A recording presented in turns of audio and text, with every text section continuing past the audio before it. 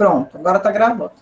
Então, gente, bem-vindos a esse nosso encontro, essa nossa conversa, né? Eu sempre gosto de saudar meus alunos com graça, paz e muitas alegrias, né? Porque para o tempo que a gente está vivendo, a gente tem que buscar ter tudo isso.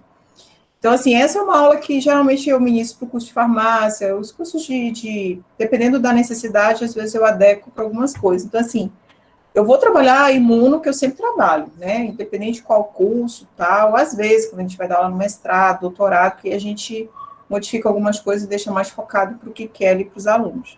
Mas a minha imuno, a maneira como eu estudei imunologia, eu não estudo imunologia só te dizendo assim, gente, o que é um antígeno? O que é um anticorpo? Não, apesar de eu ter vivido isso na minha graduação, mas eu fui aprender imunologia, não foi na graduação, nas salas de aula com o professor de imuno. Foi porque eu fui para um laboratório de pesquisa que trabalhava com imuno, então eu fui obrigada a devorar livros de imuno. E a imuno que a gente estudava lá no laboratório, no LIF, que é o nome do laboratório que eu fiz minha iniciação científica, meu mestrado, é laboratório de imunofisiologia, que é isso aqui que eu estou mostrando para vocês. Vou até pegar o laser aqui embaixo. Laser, aqui.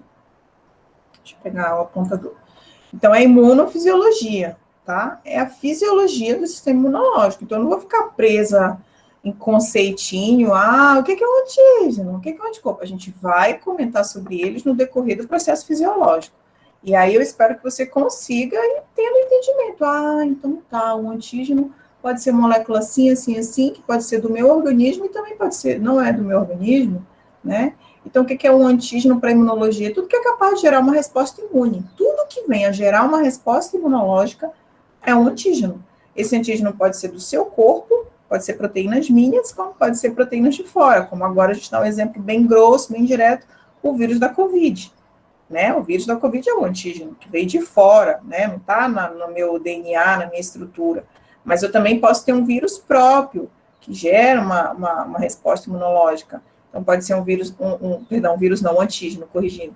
Eu posso ter um antígeno próprio, pode ser um antígeno da minha tireoide, pode ser um antígeno do meu pâncreas, pode ser um antígeno de qualquer célula do meu corpo, que às vezes, nesse caso, como é um antígeno meu e o sistema imune está reagindo contra ele, né, pode gerar o que a gente chama de doenças autoimunes, né, que podem ser provocadas, às vezes, por quem vem de fora, como no caso da AIDS.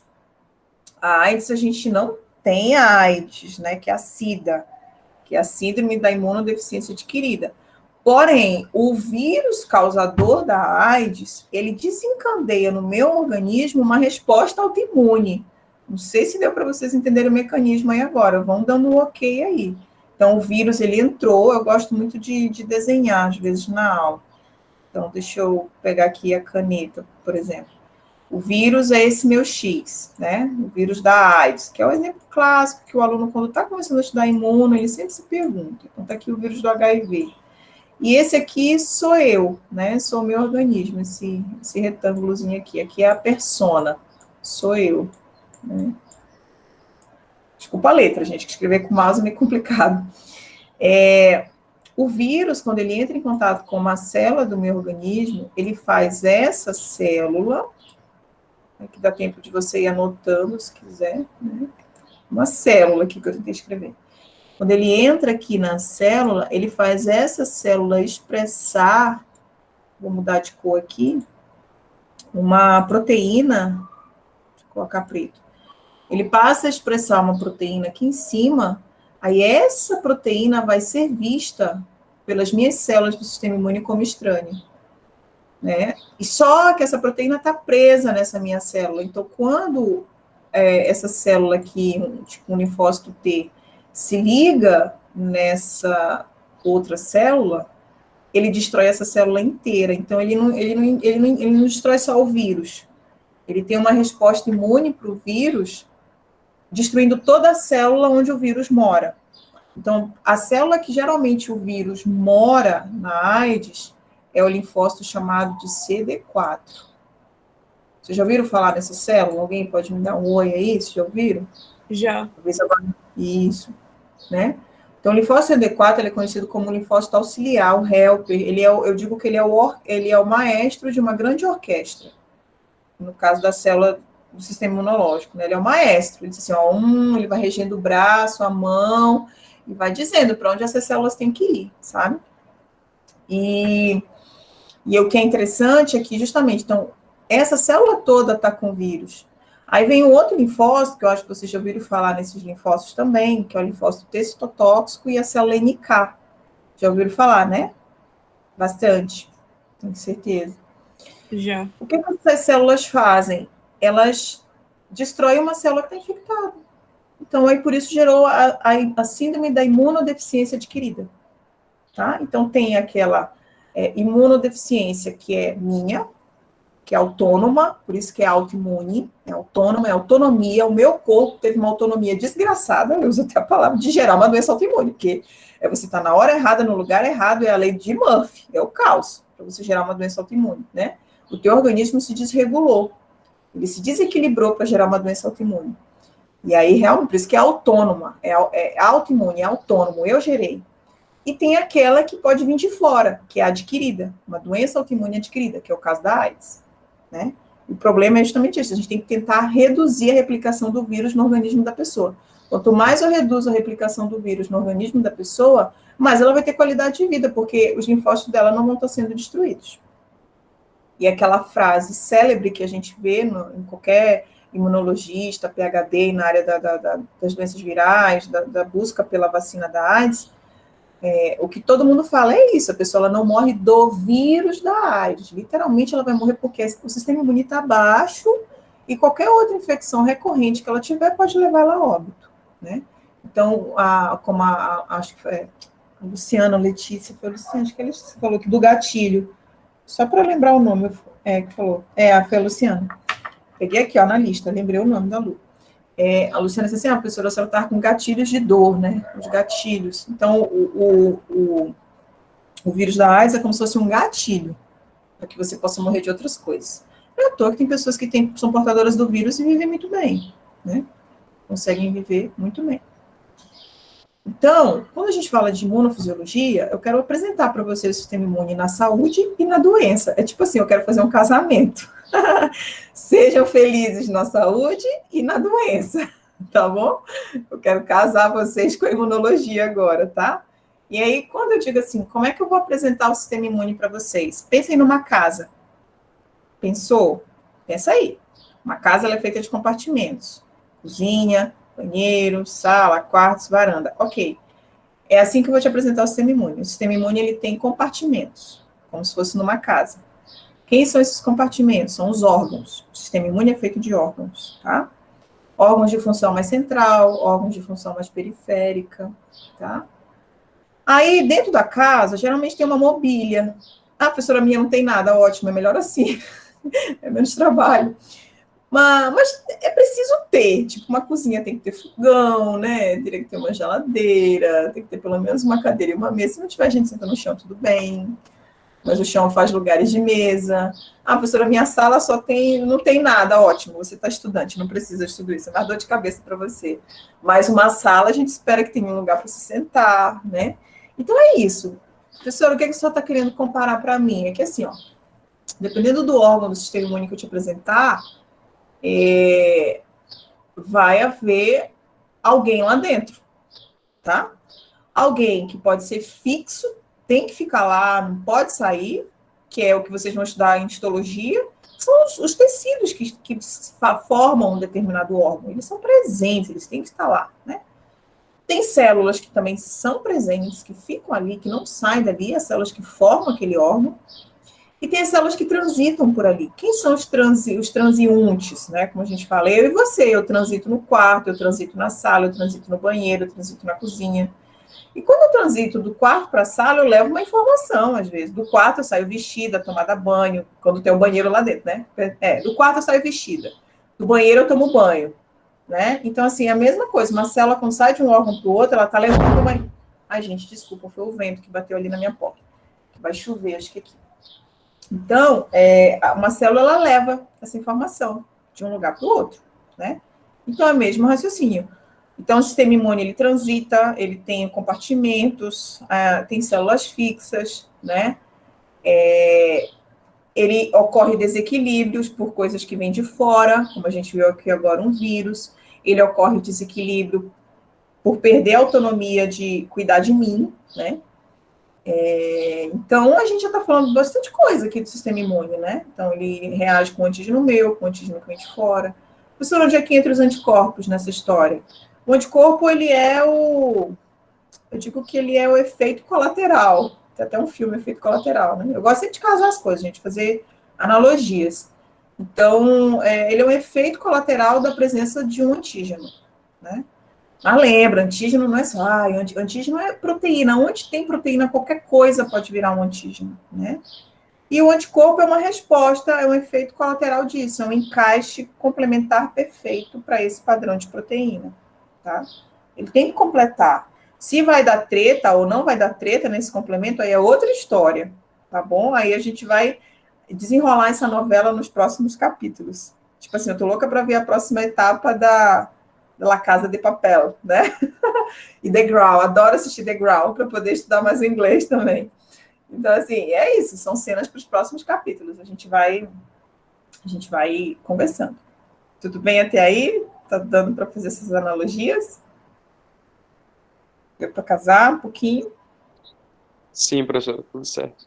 Que bom. Eu quero apresentar para vocês, então, o nosso laboratório, que a gente trabalha aí um pouco, né, com pesquisa, alunos de mestrados. Quem sabe você quiser trabalhar com a gente, está convidado, né? Tem o professor Glauber, esse aqui é eu e o professor Glauber que a gente trabalha, que é um pouco a gente conversou de pesquisa aqui no momento. Vocês podem começar a pensar nisso, né? Então, sou eu aqui com o cabelinho mais curto, faz um tempinho. Meu cabelo é cacheado, tá, gente? Tá só na escovinha. Professor Glauber, também farmacêutico, muito competente. Essa aqui é a minha atual aluna de mestrado, Emanuele. Ela está trabalhando com jambu. A defesa dela vai ser daqui a algum mês. E ela fez a dissertação de mestrado dela aqui em Goiânia comigo, né? Junto com o meu pós-doc. Esse é o nosso laboratório de pesquisa. Se você quiser dar uma olhadinha lá no nosso Instagram, a gente não fica publicando muito, mas a gente está tentando melhorar um pouco, sabe? E aqui são alguns dos alunos que a gente teve lá, passou por nós. Esse aqui é o meu aluno de mestrado que já defendeu, já foi embora, já publicou o artigo dele, é dentista. Essa aqui são algumas alunas de iniciação científica que passaram, algumas ainda estão por lá. A Karine já saiu, a Carol está terminando um artigo com a gente. Aqui já saiu também, oh meu Deus, esqueci o nomezinho dela, mas aqui a Esté e a Alice ainda estão. Essa aqui participou de um grande projeto de extensão com a gente, já saiu com a monografia dela. A gente tem um projeto de extensão ótimo que a fisioterapia participa, inclusive a professora Ana Elisa, que é a esposa do Cleuton, né? Eles trabalham com a gente, esse projeto foi idealizado por mim, que é o PESC, e a Ana trabalha com a gente nesse projeto desde quando ela ainda era professora da Fama, antes de ela entrar aqui na Unifab. E a Ana hoje está coordenando o PESC, então procurem a professora Ana, que se o PESC voltar às atividades, ela vai contar a história do PESC para vocês, tá? Esse aqui é um pouco da equipe, muitos já saíram, já renovou bastante, né? Esse aqui é o nosso laboratório, como eu falei para vocês, de biotecnologia, tá? A gente tenta trabalhar, agregar pesquisa. E aqui é a gente no momento de que mais sério, tentando ser gente normal, e aqui não é, aqui é o nosso normal. Viu? O Glauber não consegue ser muito normal, a gente brinca com ele. Mas esse seria o nosso normal. Sinto saudade dos meninos. Graças a Deus todos estão bem, assim eu espero. Mas vamos lá. Falar de imuno, a imuno ela tem uma história bem interessante que hoje, com o momento que a gente viu da pandemia, realçou muito a história da imunologia, principalmente no que diz respeito à descoberta da vacina. Então, assim, a vacina, ela vem sendo estudada, foi descoberta, né, desde 1796 por um pesquisador, por um médico inglês, britânico, o Dr. Edward Jenner. Então, alguns consideram que a imuno é uma ciência recente, ela já tem mais de 263 anos, né, o tempo aí que a gente já vem trabalhando aí com essa imagem.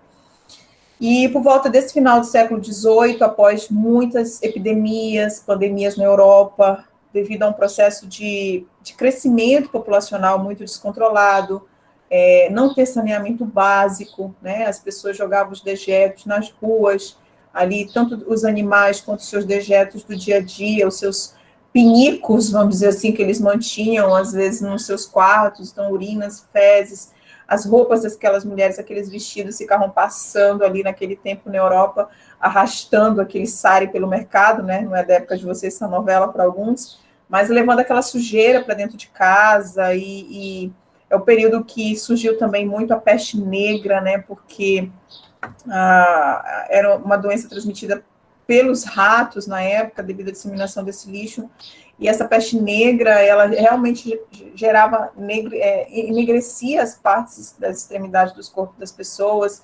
Então, foi uma pandemia na época que assolou mais de milhões de pessoas na Europa, né? Então, e aí? A gente vai viver com essas doenças, esses micro-organismos existem. Na época, alguns nem sabiam se existiam esses micro-organismos ou não. Vocês vão ver em bases celulares, acho que essa história é um pouco melhor.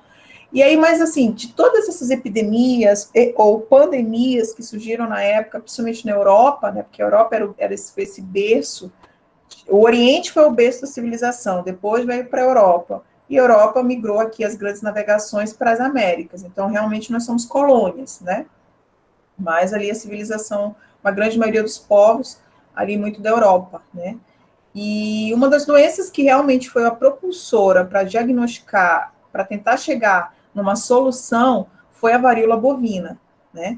Que era o quê? Que era uma doença vinda das vacas, um vírus, uma estrutura que ocasionava feridas nesses animais, principalmente nas tetas das vacas, em que, às vezes, as pessoas que iam ordenhar a vaca nesse período encostavam nessas feridas, e essas feridas eram transmitidas para elas. Só que no ser humano, essas pessoas tinham uma forma muito violenta da doença que vinha morrer. Enquanto que no animal, não, era uma forma mais branda, né? Que de alguma forma o animal ele tinha uma certa, vamos dizer assim, proteção. Ele tinha a lesão, tinha uma ferida, mas o animal ele não vinha a óbito necessariamente por conta da varíola. Ele tinha o desconforto, aquela coisa toda, mas ele não vinha a óbito. Então é sinal que de alguma maneira poderia ter uma proteção, né, no animal. Então parecia conferir uma proteção. E será que essa proteção a gente poderia encontrar na parte humana? Porque no humano já era fatal. E o Dr. Eduardo Jenner, essa aqui é uma foto clássica. Se vocês forem pesquisar mais, até deixei aqui um site de onde eu peguei um pouco essa imagem. Lá fala o nome do menininho, o nome dessa senhora, conta toda essa história de quem está envolvido nesse processo. O que Eduardo Jenner pensou? Ele disse assim, bom, se nas vacas não está manifestando uma doença letal, alguma coisa está acontecendo, que foi a nossa primeira pergunta. Toda vez que você pensa em um projeto de pesquisa, uma coisa, você tem que tentar responder uma pergunta e que resolva um problema. Então, qual era o problema da época? Varíola, as pessoas estavam morrendo de varíola. Tá, mas e aí? A vaca tem, mas não morre. E ela era o agente de reserva, vamos dizer assim, de transmissão. Se ela não morre, o que ela tem? Então, peraí, deixa eu pegar alguma coisa da vaca.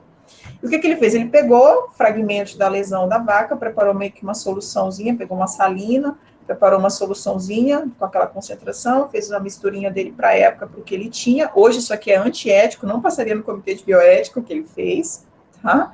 Mas foi necessário, né? Assim como muitas coisas que a gente faz na ciência, não passa, mas às vezes no futuro você colhe os frutos daquela loucura, do que alguém fez. E ele preparou essa soluçãozinha e injetou subcutânea, né? No bracinho desse menininho aí, que eu não lembro se esse rapazinho já estava com a varíola ou poderia ser um candidato a ter. E depois ele observou que, de alguma maneira, esse rapazinho ele não desenvolveu a forma violenta, letal da doença, ele desenvolveu uma forma branda da doença. Então, é sinal que alguma coisa aconteceu. Então, esse momento aí, esse ato histórico que vocês estão olhando, foi a primeira vacina, tá? Foi a primeira vacina. Então, vacina vem justamente dessa palavra varíola, né? Então, teve essa derivação.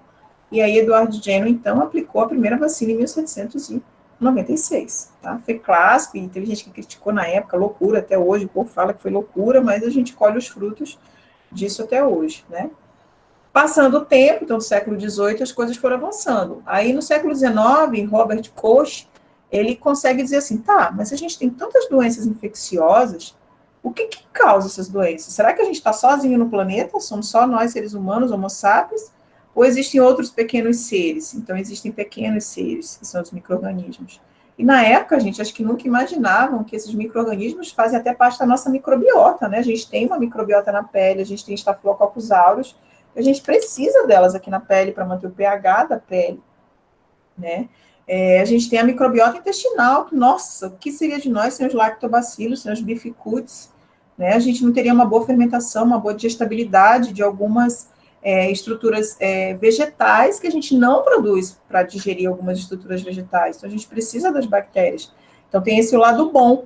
mas também tem um lado em que elas podem ser patogênicas. E aí, então, o Robert Koch foi um dos responsáveis, né, por determinar a enfermidade, uma patologia através dos micro-organismos. E aí, quando vocês estiverem na base celular, o professor, se ele for aprofundar isso, ele já vai casar muito com vocês, e isso, ó, gente, Robert Koch descobriu tal tipo de micro-organismo, aí já surge toda a história do microscópio, que tiveram como ferramenta para estudar, enfim.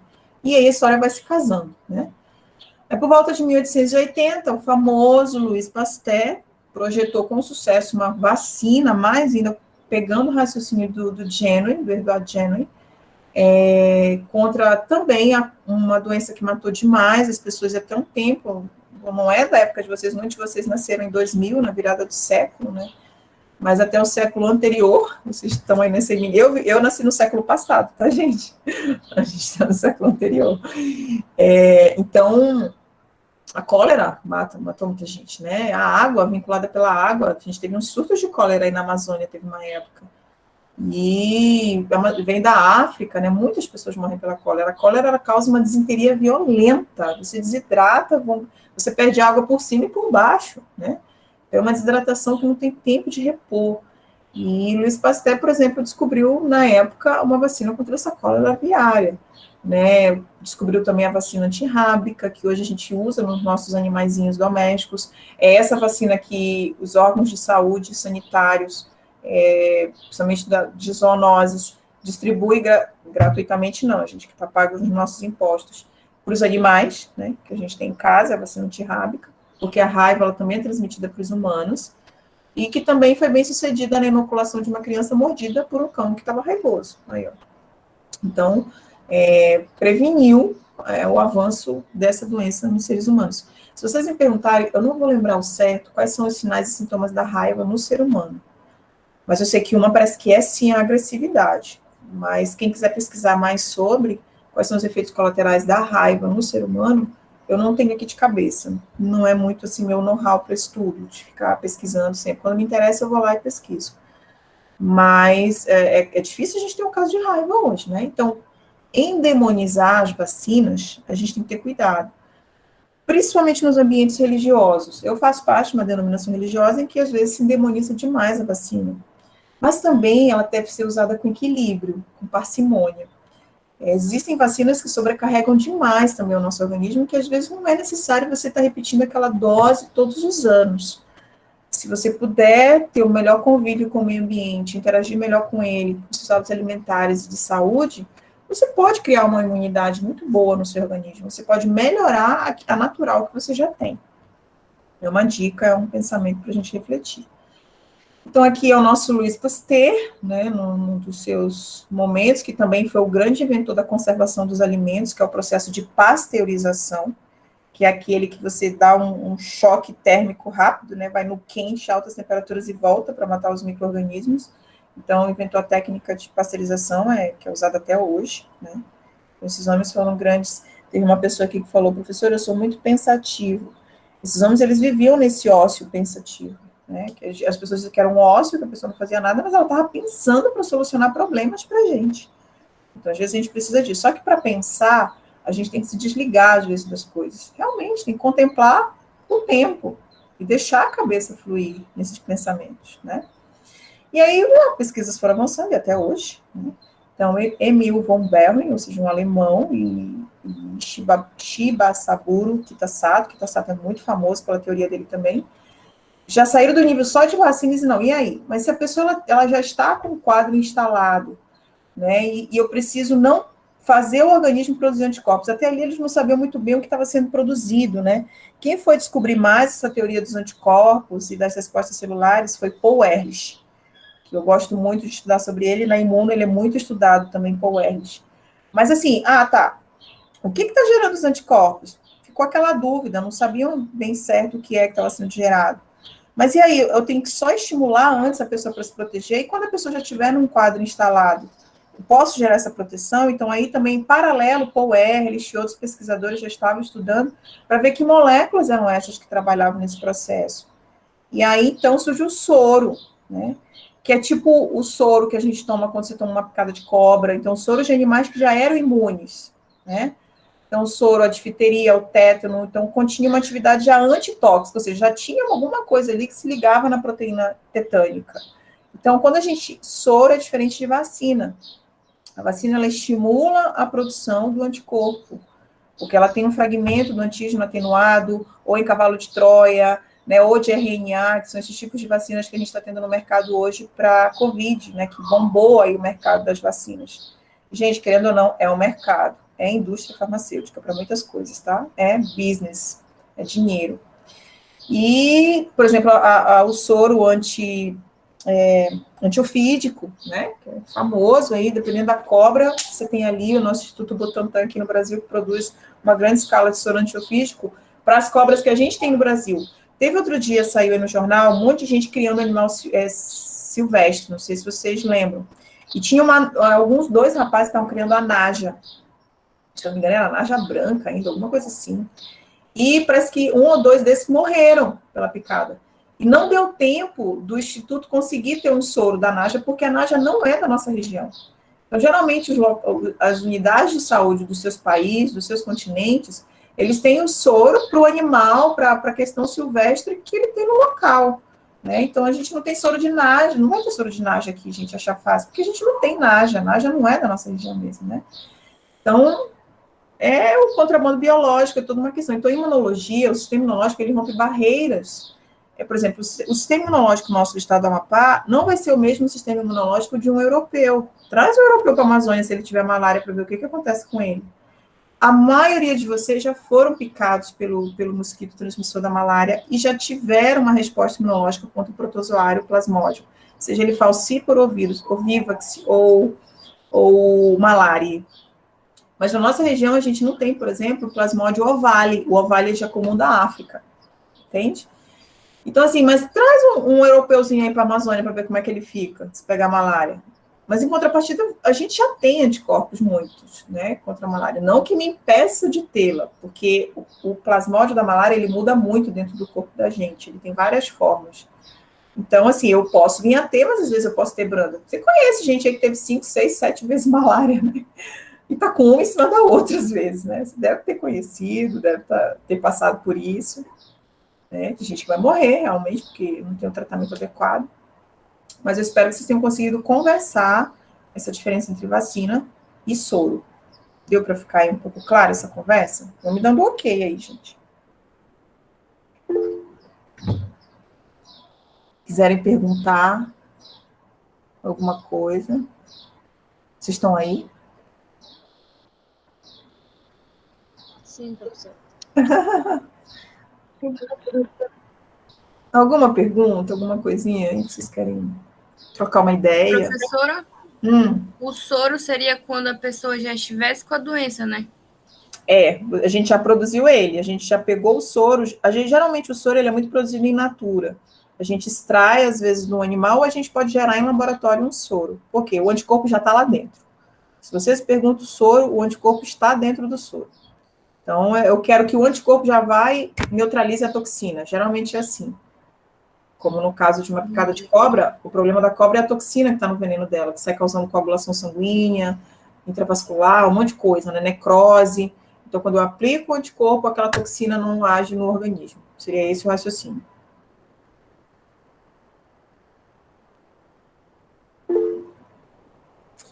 Ok? Aí agora eu vou lançar a grande pergunta. Professora, Pode falar. a Glória quer perguntar alguma coisa. Se está no chat, eu não vou conseguir ver o chat. Aí alguém tem que ler a pergunta dela para mim, porque como eu estou projetando... Professora, o que a senhora falou sobre a vacina, eu não conseguia anotar, que a internet travou aqui. A senhora disse que estimula o que mesmo? A produção dos anticorpos. O intuito é esse. Obrigada. Isso, de nada. Que mais? Pode perguntar, gente.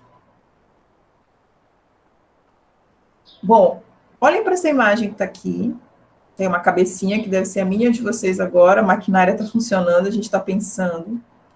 Aqui tem alguns desenhinhos. Esse aqui acho que vocês conhecem, desenho claro. Seria o material genético, né? O DNA. Isso aqui é a molécula de anticorpo. Aqui tem até um desenho de um átomo, né? Vocês lembrarem, um cubo, enfim, o que a cabeça de vocês está pensando agora. mas tem algumas imagens que nos remetem ao sistema imunológico. Aqui, por exemplo, o que remete muito de cara aqui é essa, que é a imunoglobulina, o anticorpo, que a gente acabou de estar comentando. É essa outra aqui que eu coloco para fazer uma analogia, aqui é como se fosse eu e você, aqui é um escudo. Então, o que é verdinho, tipo assim, não tem problema, tem sinal verde, passa pelo escudo. Mas o que é vermelho bate e volta. O que faz a gente entender essas duas imagens, o que permitiria a gente conversar sobre o sistema imune? Alguém pode nos ajudar? Professora, tá me escutando? Tô. Não sei se é só para mim, mas mudou a imagem do slide. Tá no YouTube. Sério? Não sei se é E só você? para mim, mas não tá aparecendo a imagem tá aparecendo a imagem do YouTube. E para o resto, alguém dá ok aí? Aqui tá aparecendo. Aqui tá normal. Aqui tá normal. Aqui tá normal. Aqui Tá não. normal. Aqui Tá normal. Ixi, gato, o que aconteceu aí no teu? Então é só para mim. Eu vou sair e eu vou entrar de novo. Tá, então sai, entra. Beleza. Então, vamos lá conversar aqui. O que vocês pensam sobre o sistema imune? Será que seria uma rede simples ou uma rede complexa?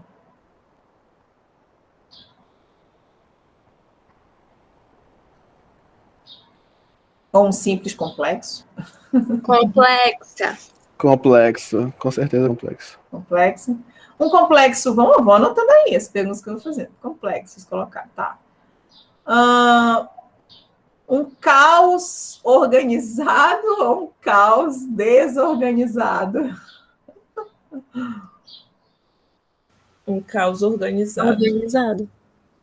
Um caos organizado, né? Ou seja, é muita coisa andando junto, e como é que aquilo vai para o lugar certo, né? Então, assim, na nossa cabeça humana, a gente pensa um caos, entre aspas, organizado. Então, vamos lá, complexa, um caos organizado, cuja, assim, a função, vamos dizer assim, final, seria de defesa ou de homeostasia?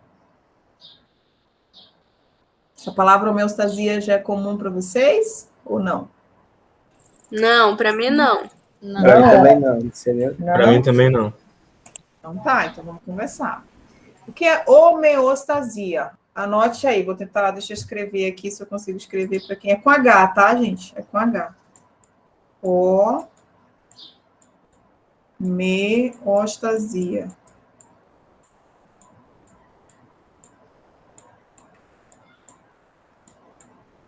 Tem aí, a homeostasia já é uma ampliação da origem. A origem é homeostase. Tá? Então, o que é homeo? Homo vem de igual, tipo assim, de padrão. Hétero é diferente, né?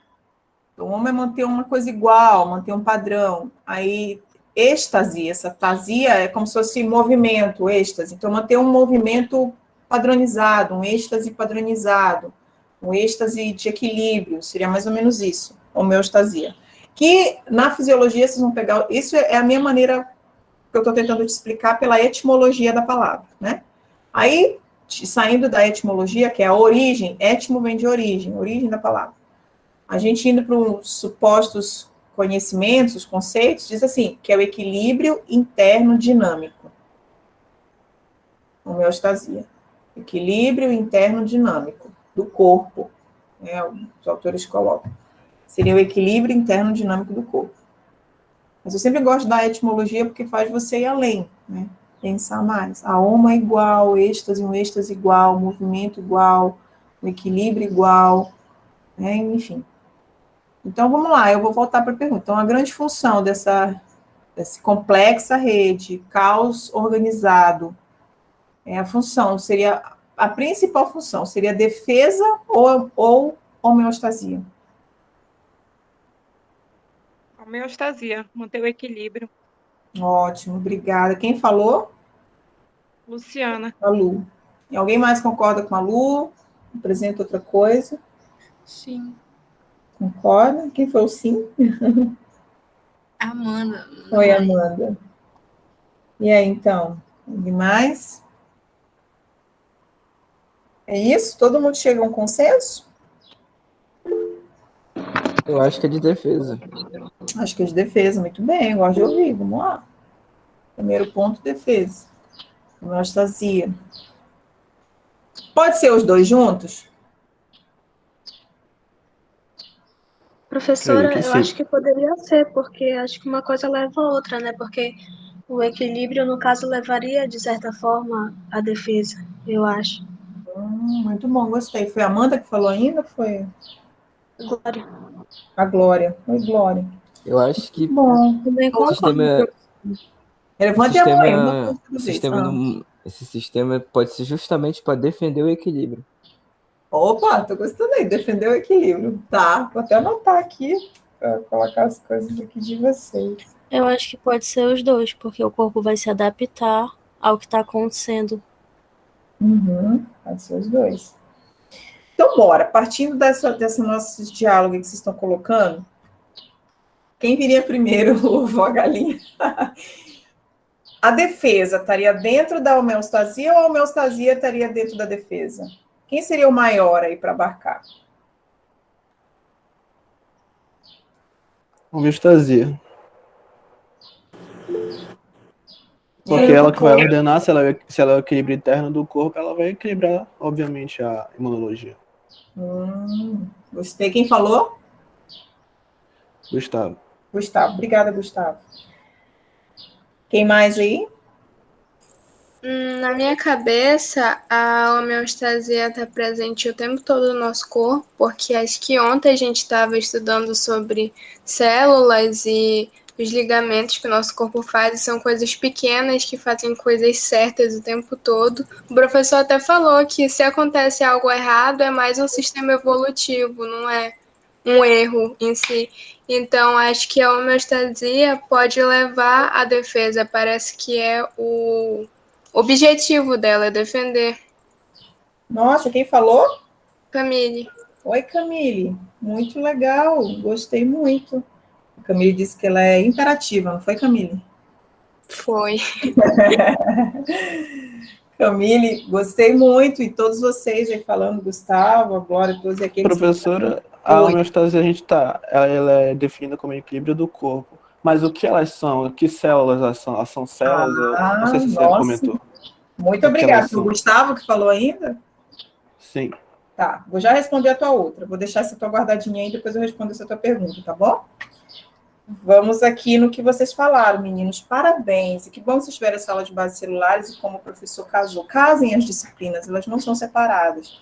Assim como vocês pensaram. Pode falar. Eu tenho um último comentário a fazer.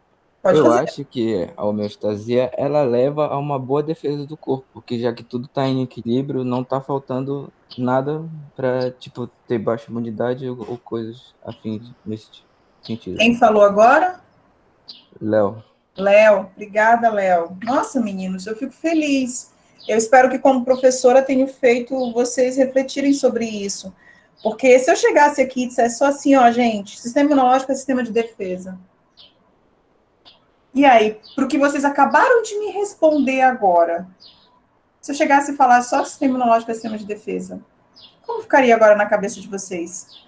Muito raso? Com certeza. Ia ser uma coisa simples, né? Porque, como a senhora falou, é um sistema complexo, não um sistema simples. E é como se ele existisse só para isso?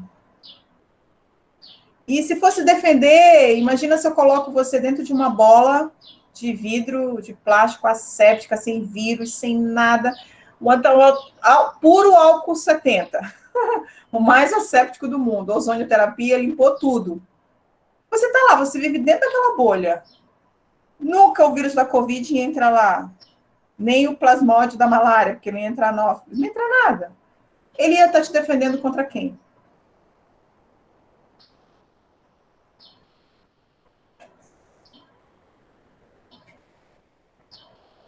Oi? E mesmo assim, o nosso corpo pode sabotar, né?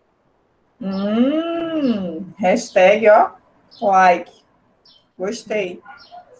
Então é isso, ó. Se você está numa bolha e lá não vai entrar o vírus da Covid, beleza. Se a gente está trabalhando com um agente externo, ele está te defendendo contra quem externamente? Ninguém, porque você está numa bolha. Quem foi que falou agora pra gente? Ana. Ana. A Ana, então, chegou e... É Ana, é isso? Falei certo? Luciana. Luciana, Lu, tá, é porque cortou, Lu, desculpa. Só apareceu Ana, porque cortou. Aí a Luciana chegou e disse assim, tá, mas o meu organismo pode me sabotar, então é isso mesmo. Mesmo que você viva numa bolha séptica, limpa, estéril, se encontra qualquer micro-organismo, se o teu organismo perde a autonomia de controle, de equilíbrio, ele te sabota. E aí você pode ter também doença. Você concorda comigo? Professora? Você pode ter doenças. E pode ser a famosa doença autoimune, que o sistema imune reagiu. Então, opa, o sistema imune não me defende de nada? O objetivo maior dele não é defesa, eu até corrijo, não é que ele não me defende de nada. O objetivo maior dele não é me defender. O objetivo maior dele é manter um alto grau, uma coisa mais elevada, é mais filosófica. O que ele quer fazer comigo? Ele quer me manter em equilíbrio, como quem foi que falou ainda agora? Acho que foi a Glória, não sei que falou. Ou a Cíntia, não lembro aqui. Que dizia assim, professor, o professor ontem até falando em bases celulares, que uma coisa que é um erro, não é um erro. Pode ser um grau de evolução. É uma adaptação ao ambiente. Então, essa adaptação, ela vai ser bem aceita ou não no meu organismo, dependendo da minha homeostasia. Epa, minha homeostasia aceitou? Beleza, vou viver agora nesse ambiente aqui, com esse novo padrão de vida. Ó, vocês podem ter um exemplo clássico. Quais foram as pessoas que a Covid mais afetou? Bora lá. Idosos e pessoas com comorbidade. Okay. Beleza. Amplia para mim. Quais os padrões de comorbidade? Doença respiratória. Imunodeprimido. Cardiovascular. Cardiovascular. Eu tô ouvindo aí. Imunossuprimido. Vamos falando. Tô ouvindo. Peguei aí, muitos. Então, pessoas que já tinham doenças, não é isso? Pré-estabelecidas. Não é? Sim. Hoje a gente já desvendou um pouquinho o mecanismo do vírus. Esse vírus, o que ele faz? É interessante. Sim. Ele trabalha numa enzima chamada enzima conversora de angiotensina, ECA. Que dependendo do grau de conversão... perdão. Acho que não é a ECA não, gente. Eu fiz confusão. Peraí. Deixa eu só lembrar aqui do mecanismo. Deixa eu ver se é a ECA mesmo. Deixa eu só lembrar aqui. Parece que é assim, porque tem dois tipos de angiotensina. Me corrijam depois se eu estiver errado. Dependendo da ECA que ele está inibindo, é uma ECA que protege a gente de processos inflamatórios. Como ele inibiu essa, eu não estou tendo essa proteção contra a inflamação. Então, o que eu já tinha de doenças comórbidas, muito inflamatórias no meu corpo, bombaram no meu corpo. É como se ele dissesse assim, ó, para de proteger esse grau de inflamação. Eu vou te bloquear.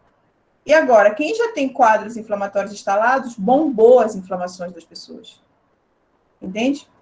Porque a ECA estava ali tentando controlar, estava tentando fazer homeostasia. Foi a pergunta que o Léo fez. Agora eu te respondo, Léo. Professora, mas o que é essa homeostasia? É uma célula? É uma proteína? É uma molécula? Fui eu, professora. Foi o Gustavo que perguntou. Foi você, tá? Então, desculpa, eu estou tentando lembrar dos nomes aqui, eu estou anotando, viu? Então, é uma célula, é uma molécula, meus amores, é um conjunto de tudo isso. A homeostasia é você agora hoje, funcionando, estando aqui assistindo essa aula, a gente conversando, você está respirando, porque uma máquina está fazendo você respirar, a sua circulação sanguínea está andando. A homeostasia, ela é um conjunto de tudo. Então, às vezes, o aluno ele até responde nas provas, o que é que, aí não sei o que, o organismo, o objetivo é manter a homeostasia. Tá, mas e qual o parâmetro dela? Aí você pode classificar. Se eu trabalho no aspecto hormonal, você pode me dizer, professora, o parâmetro hormonal importante da homeostasia, por exemplo, seria o TSH, que é o hormônio que estimula a tireoide, a produzir em níveis adequados T3 e T4. Isso é um padrão de homeostasia, porque eles têm que estar em equilíbrio T3 e T4. Professora, se for um parâmetro imunológico, a homeostasia, para mim, numa visão muito clássica, seria, professor, o organismo saber diferenciar o que é meu e o que não é meu. O self do no self. Para mim, esse é um parâmetro imunológico de homeostasia. Porque quando ele perde esse equilíbrio, professora, aí dá treta, né? Ou ele pode começar a me destruir, ou eu posso ter uma resposta muito exagerada a um determinado micro-organismo.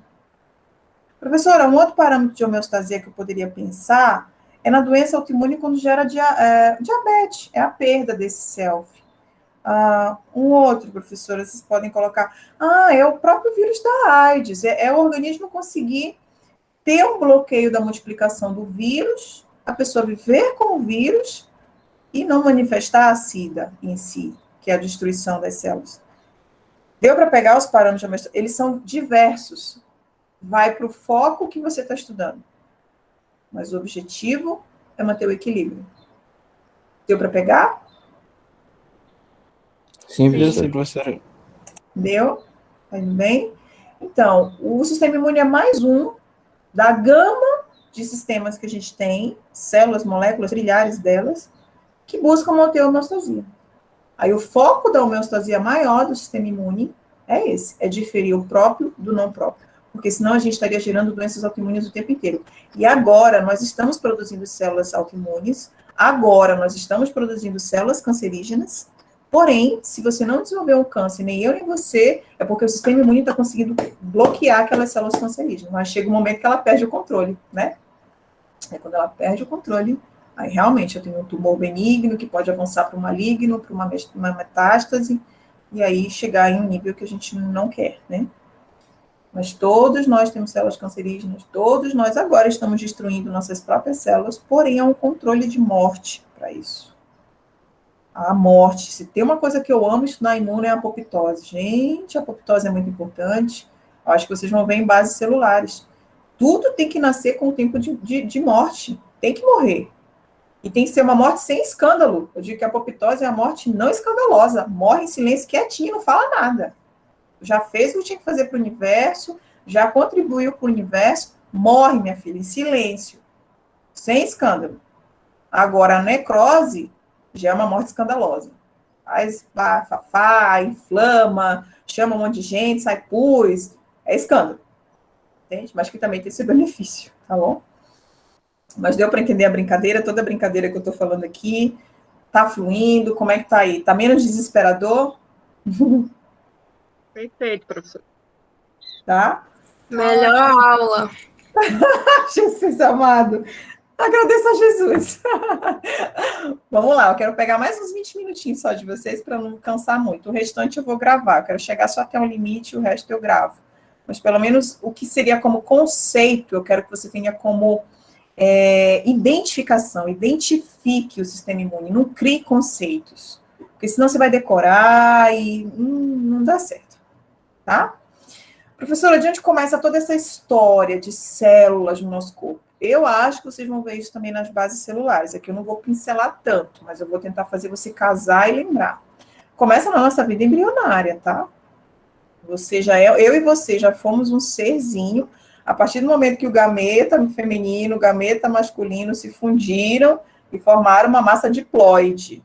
Né? 2 haploides formaram uma massa diploide. Daquela diploide, aquilo é um caos organizado também, gente, em embriologia. Deus o livre, o que é isso? A professora que me orientou aqui no pós-doc, ela é especialista nessa área, embriologia. Eu nunca imaginava que tinha gente para estudar mesmo em embriologia. Não sei, tem, né? Sempre teve, né? Então que os livros estão na nossa mão. Mas eles estudam isso, eles são especialistas muito nessa área, que os professores que me supervisionaram no pós-doc. Então, que caos, gente. Como é que uma célula se divide em 4, em 16, em, 32, e vai crescendo exponencialmente, e uma vai morrendo, né, e a outra vai ficando, e elas vão se diferenciando nos tecidos embrionários, endoderma, mesoderma, esqueci o outro, ectoderma, né, e daquilo vai gerando o que a gente é hoje, cara, e assim, ó, fígado é fígado, não te mistura com coração, tem coração, não vem com fígado, né? Então, intestino delgado, isso é uma parte do grosso e a gente se entende. Gente, que é high-tech, cara, é alta tecnologia, isso demais, entende? Então, assim, lá no saco vitelínico começou isso, lá, essa divisão celular, que tem uma parte do nosso corpo, na vida embrionária, que as nossas células sanguíneas, na nossa vida embrionária, são produzidas pelo intestino primitivo nosso, e que depois que a gente vai crescendo, mais virando feto, passa a ser produzido pelo fígado. Então, o nosso fígado tem uma história de produzir as nossas células hematopoéticas, tanto do sistema imune quanto sanguíneo, né? E até, me corrija aí quando eu estudei mais, a vida fetal, ali no 9º mês, a gente nasce, né? E o fígado está fazendo as funções de produzir. Isso perdura, gente, eu acho que até por uns 1 mês e meio, 2 meses o fígado está trabalhando. Não é à toa que quando a criança não está muito madura no aspecto hematopoético, algumas crianças nascem com icterícia, que é o aumento da bilirrubina, né? Professora, vai com calma, vocês devem estar dizendo assim, o que é bilirrubina, professora? Para alguns sabem, outros não. Bilirrubina ela é um produto de quebra da hemoglobina. Professora, onde é que está a minha hemoglobina? Lembra? Está lá na nossa hemácia, né? Ela tem uma porção proteica e uma porção não proteica. O objetivo dela é carregar o ferro, né? O ferro M. Ferro é vida, né? Ferro vai para as células, está no oxigênio, está tudo ali. Então, tem um momento que... Aí, quando as crianças nascem ictérica, tem alguns pediatras que são muito sensatos, e tem outros que são muito louquinhos, né? É uma medicina muito convencionada, muito rápida, que a gente está vivendo hoje. E, então, não, tem que tirar a criança logo, a questão das cesarianas. Às vezes é nesses momentos que não está maduro o fígado da criança, então é como se ele tivesse que fazer 2 funções, produzir e morrer, porque é lá no fígado e no baço que as hemácias morrem também, principalmente no baço. O órgão que produz células, ele é chamado de hematopoético. Anotem se quiser. O produtor de células do sangue são chamados de órgãos hematopoéticos. Hoje é muito difícil achar isso nos livros. Essa palavra também em desuso, mas eu gosto muito de usá-la porque eu não vi nada que substitua até hoje. Aqueles em que é considerado cemitério de células do sangue, principalmente a hemácia, são chamados de órgãos hemocateréticos. Eles são conhecidos como cemitérios de hemácia. Hemocateréticos. Deu para anotar? Quem quiser, né? Hematopoético e hemocaterético. Hematopoético produz e hemocaterético destrói. E tem que destruir direitinho, viu? O baço faz isso demais. O fígado também tem uma etapa. Então, quando a criança nasce muito imatura, eu penso assim, é o fígado tentando fazer 2 coisas ao mesmo tempo. Então, a bilirrubina acumula muito. Bilirrubina é tóxica para o cérebro. A criança, se ela não for tomar banho de sol, que é o que os pediatras indicam, porque a fotossensibilidade na pele quebra a bilirrubina, porque a bilirrubina se acumula nos tecidos. E o grande problema de uma criança ter muitos níveis de bilirrubina, e se ela não tem essa terapia vocês da física, eu trabalho muito com essa questão física, eu adoro biofísica, essa parte da física quântica, principalmente. Ela quebra a bilirrubina. Aí imagina essa bilirrubina depositando no cérebro ou no rim da criança. Ela pode ter uma morte por questões renais tóxicas, ou ela pode desenvolver doenças neurológicas no futuro por conta da intoxicação pelo excesso de bilirrubina, né? Por quê? Porque o rinzinho dela não está tão formado para ela liberar a bilirrubina, então ele acumula. Então a gente tem o tempo de nascer, né? Vocês fisioterapeutas, olha, eu estou com 41 anos, eu ainda não tive filhos. Se eu for ter, que eu pretendo, mas também se não tiver, eu não vou morrer por causa disso. Eu quero ter um bom acompanhamento, sabe? Às vezes a gente faz todo o bom acompanhamento da gestação, mas na hora não dá para ter um parto normal. Mas eu quero ter esse bom acompanhamento, eu quero alongar, eu quero ser uma grávida, sabe, que se estique toda, sabe, assim. Eu sonho com isso, tenho me preparado para isso, né? E vocês, fisioterapeutas, têm um papel muito importante nessa parte gestacional, né? E as mulheres têm procurado muito isso hoje. Então, gente, é um leque de saúde, de qualidade de saúde que vocês podem oferecer para as pessoas, tá? Pensem nisso. Sejam realmente o melhor, faça a diferença, crie o que ninguém nunca criou, né? Então, é isso. E, por fim, hoje, na nossa fase adulta, a gente tem a nossa medula óssea. É ela que faz o papel de produtora de células sanguíneas. E tem pessoas que desenvolvem doenças na medula óssea, né? Ela fica aplástica, ou seja, ela não produz a célula. A pessoa, ela entra no quadro de uma leucemia profunda, né? Quando não produz. Tem aquela que produz, mas está produzindo exageradamente um tipo de célula, e são leucemias agudas, que também eu não posso ter demais aquele tipo de célula, né? E a pessoa, ou ela faz um transplante de medula, ou às vezes não tem como ter o transplante, ela vive, às vezes, à base de medicamentos para aliviar dor, extensão, e às vezes a pessoa vai definhando, né? Então, na medula, a gente tem o câncer da medula são as leucemias, né? Então, se vê aí como aqui a gente fala várias coisas, a gente fala várias disciplinas aqui dentro desse quadro, né? Se a gente quer dividir conforme a universidade, academia. A gente fala de embriologia, a gente fala aqui do desenvolvimento do feto, aqui, tudo que pode interferir nesse desenvolvimento, as células, onde estão sendo produzidas células essenciais para a nossa vida, aqui a gente está tentando abordar isso, células do sangue, né? Que é o foco que a gente quer casar para você. E assim a gente tenta definir um pouco essa hematopoese, viu? Então, a hematopoese primitiva começa aqui no saco vitelínico, se te perguntarem. É lá no nosso saco vitelínico que está sendo produzido as células do sangue. Professora, à medida que eu vou virando embrião, o intestino é primitivo. Aí sai do intestino primitivo, quem assume é o fígado. E depois, até uns meses de vida, semanas de vida, quem vai assumir é a medula óssea. Tá? Não é a amarela é o tutano, que tu gosta de chupar lá do boi, é a vermelha, tá? A amarela é aquela que está impregnada por gordura. Deu para pegar esse histórico de produção, um pouquinho? Dúvidas? Sim. Tá. Eu acho que eu vou chegar até mais ou menos aqui com vocês. Bora lá, quero te apresentar um pouco da casa. Lembra que eu te falei que é uma casa que tem compartimentos? Então, bora lá. Professora, quem são os compartimentos do sistema imune? Quem são a casa?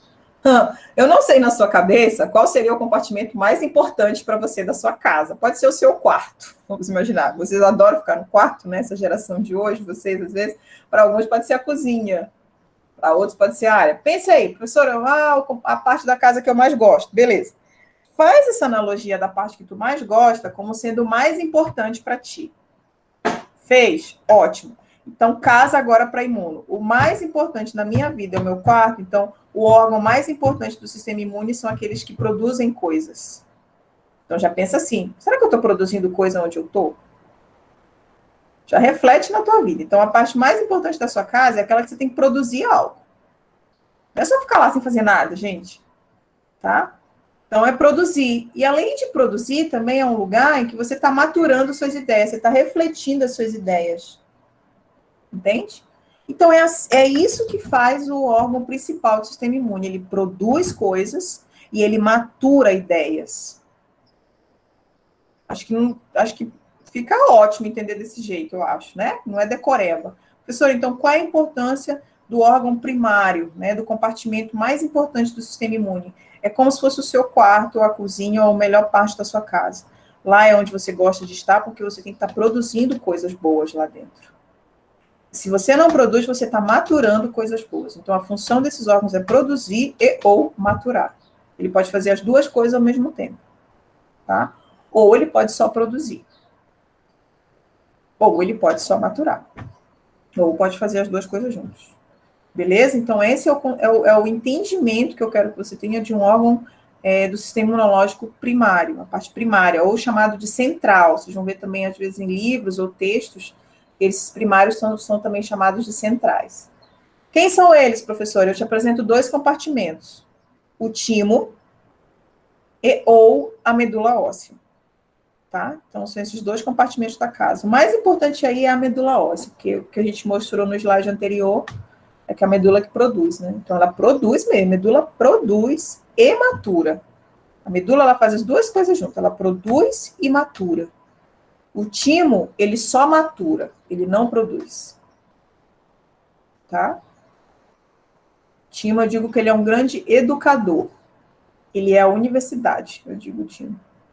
A medula óssea, ela produz e matura. Ela é a bambambam das universidades aí. Se você pensar, como se fosse uma Cambridge e uma Harvard. Imagina assim, né? Então, a medula óssea seria o top do top, ela produz e matura, e o timo, ele matura, ele tem uma importância muito grande.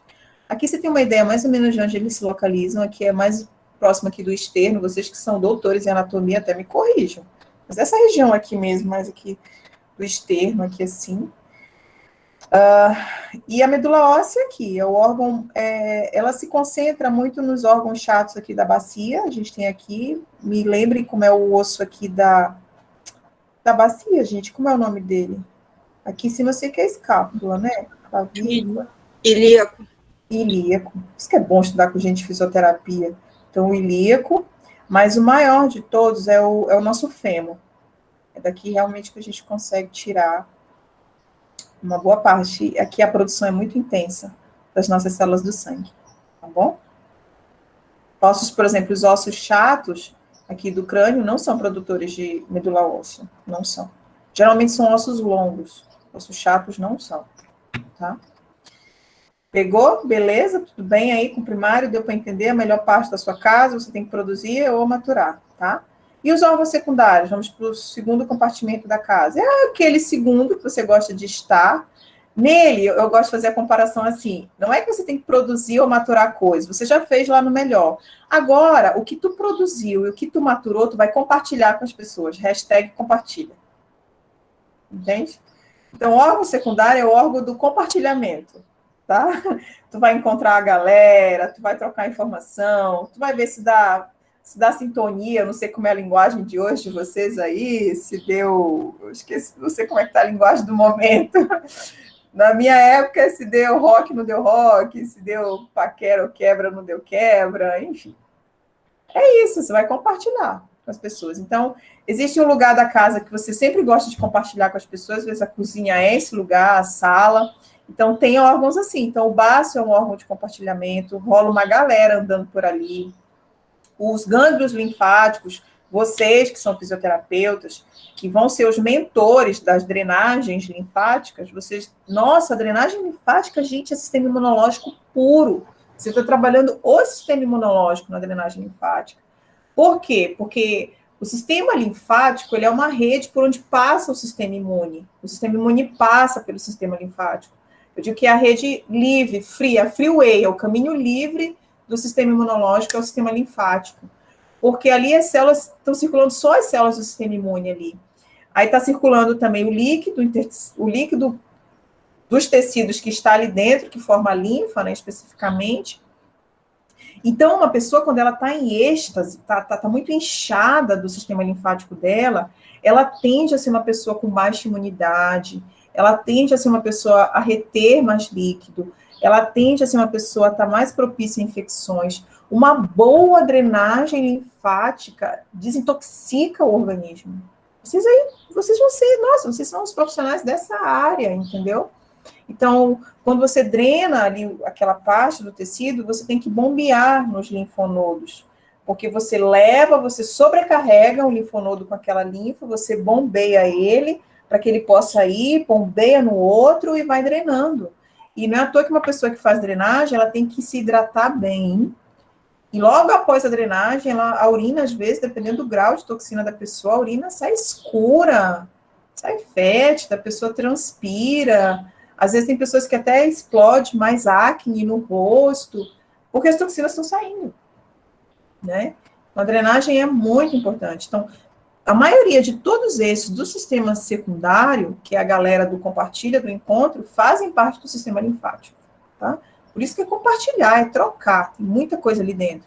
Então, o baço seria a parte mais vermelha, vamos dizer assim, e os gânglios linfáticos, as amígdalas, o tecido linfático, que eu vou te mostrar, ó, aqui nesse quadro, as tonsilas e adenoides, faz parte do sistema linfático.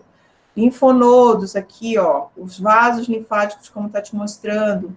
O splênio aqui, que é o baço, ele é tanto do sistema linfático quanto do sistema sanguíneo. Ele casa os dois, tá? As placas de Peyer, ou Peyer, como queiram pronunciar, lá no intestino também. Olha aqui os nódulos linfóides, olha aqui os vasos. Nossa, eu amo. Essa questão, quando eu falo no sistema linfático, eu gosto demais. Gosto muito mesmo. Tá? Então, uma boa drenagem, um bom compartilhamento ocorre nos órgãos, no sistema linfático.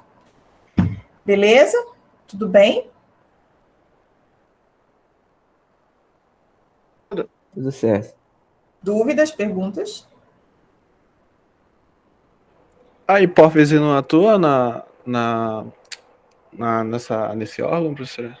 Qual órgão, meu bem? Quem está falando comigo? O Gustavo, o dos linfóides, se a hipófise ela atua, porque ela é a produção de hormônio. Vamos pensar junto? Isso. O que a hipófise faz? Vamos pensar junto aí, para ver se a gente chega numa resposta junto. O que a hipófise faz?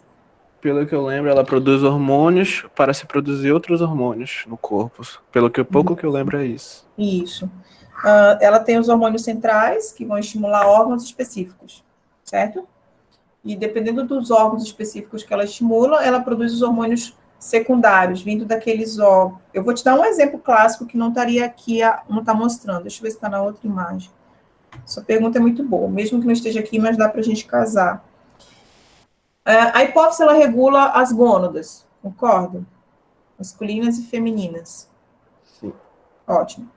Eu vou dar um exemplo clássico para as mulheres. A mulher, quando ela está próxima do período menstrual, ela tende a ter uma sobrecarga de progesterona. E a progesterona é um hormônio que é produzido lá nos ovários, que tende a aumentar muito a retenção de líquidos. A mulher fica mais inchada, né? Porque as mamas ficam mais viçosas, mais roliças, brilhosas.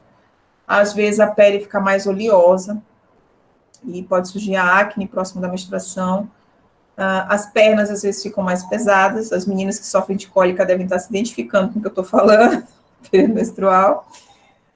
Ativa até o cérebro, altera até o cérebro, causando às vezes irritabilidade na mulher. Então, assim, no resumo de tudo, como é que você viria isso no órgão linfóide, Gustavo, a hipófise nessa dinâmica que eu estou tentando te apresentar? A retenção de líquido. A progesterona levaria a uma maior retenção de líquido. E não é à toa que as mulheres nesse período, se as meninas, aí eu já dou até uma dica. Quando você estiver muito próximo do período menstrual, tente fazer uma drenagem linfática, né? Alivia bastante a tensão nas pernas. Uma outra hidroterapia, uma coisa que eu gosto muito de fazer, uma outra terapia que eu gosto muito de fazer, que se um dia você for ter a sua clínica, o seu espaço terapêutico, que é até muito mais abrangente do que você for apenas abrir uma clínica de fisioterapia, você trabalhar com a hidroterapia, e no caso da retenção de líquido, o calor, né? Fazer uma brincadeira entre quente e frio, ajuda a drenar os líquidos. Ajudou, Gustavo, um pouquinho? Ajudou, sim, professor. Bem mais específico, no caso, né, para mulher, no caso. Tem uma coisa para homem, algo do tipo? Vocês homens, na produção, deixa eu pensar aqui alguma coisa para vocês homens, do linfóide pro coisa. Eu tentaria casar um pouco aqui, mais com estresse, e tentaria casar, para às vezes, a questão de barba e alopécia. Não que fosse o sistema imune, mas acaba que o sistema imune permite esse desequilíbrio. No caso de vocês homens, um estresse, que é o aumento do nível de cortisol, vocês homens tendem a ter, às vezes, mais cortisol do que nós mulheres. Então, o aumento do cortisol, ele dá uma sobrecarga de estresse, e que, na maioria das vezes, dependendo dessa intensidade, vocês homens podem fazer, às vezes, aqueles buraquinhos na barba que vocês acham que é uma infecção e está caindo o pelo, e às vezes até no cabelo, mas às vezes é muito comum na barba, vocês. Entendi, professor. Obrigado. Meu esposo passou por isso uma época, ele foi no dermato, e o dermato eu achei bem bacana esse dermato, ele disse, não, cara, tu tá com estresse. Com estresse. E aí o sistema imune também, de alguma maneira, aí o cortisol aumenta muito citocinas inflamatórias. E aí pode levar essa perda do pelo para homem. Mas já que a senhora está comentando disso, por exemplo, eu tenho dermatite no rosto, justamente relevado ao emocional. Isso leva em conta também? Bastante. Se leva. Pode ser o seu emocional com aumento de cortisol, que desencadeia um desequilíbrio no sistema imune em algumas regiões, algumas células, que a gente tem que ver mais especificamente na parte da derme. E outra coisa também que faz vocês, às vezes, terem, como você fala, emocional, é o intestino, gente. O intestino é a chave do sistema imunológico. Nossa, à medida que a gente for tendo as aulas, eu vou falar mais sobre o intestino. Porque o intestino, ele tem uma barreira que permite a gente controlar mais as substâncias, tanto não só químicas quanto biológicas. E, às vezes, o que a gente passa no corpo da gente, o excesso de produtos químicos, às vezes os cosméticos, com alguns produtos químicos que hoje estão sendo mais proibidos no Brasil, leva ao que a gente chama de dermatites atópicas. Ou seja, são aquelas dermatites que não tem muita explicação de onde vem, não tem muito qual é o agente causador. e que, na verdade, a maioria das vezes a origem delas é por conta de contaminação. Você está contaminado por algum composto químico, que é o que a gente chama de disruptores endócrinos, já que você falou na hipófise, são substâncias que vão desregulando o sistema hormonal. E consequentemente, desregulando a homeostasia, como vocês estão falando. Agora, se a gente for querer pesquisar só a dermatite atópica, aí a gente vai entender, tá, qual foi o hormônio que alterou, o que foi estrogênio, progesterona, testosterona, cortisol, e o que isso influenciou na glândula sebácea, o que isso influenciou aí a gente tem que focar. O que influenciou na glândula sudorípara, o que influenciou em colágeno, sei lá, aí a gente tem que focar, tá? Em tentar ir atrás do mecanismo para aquela área, né?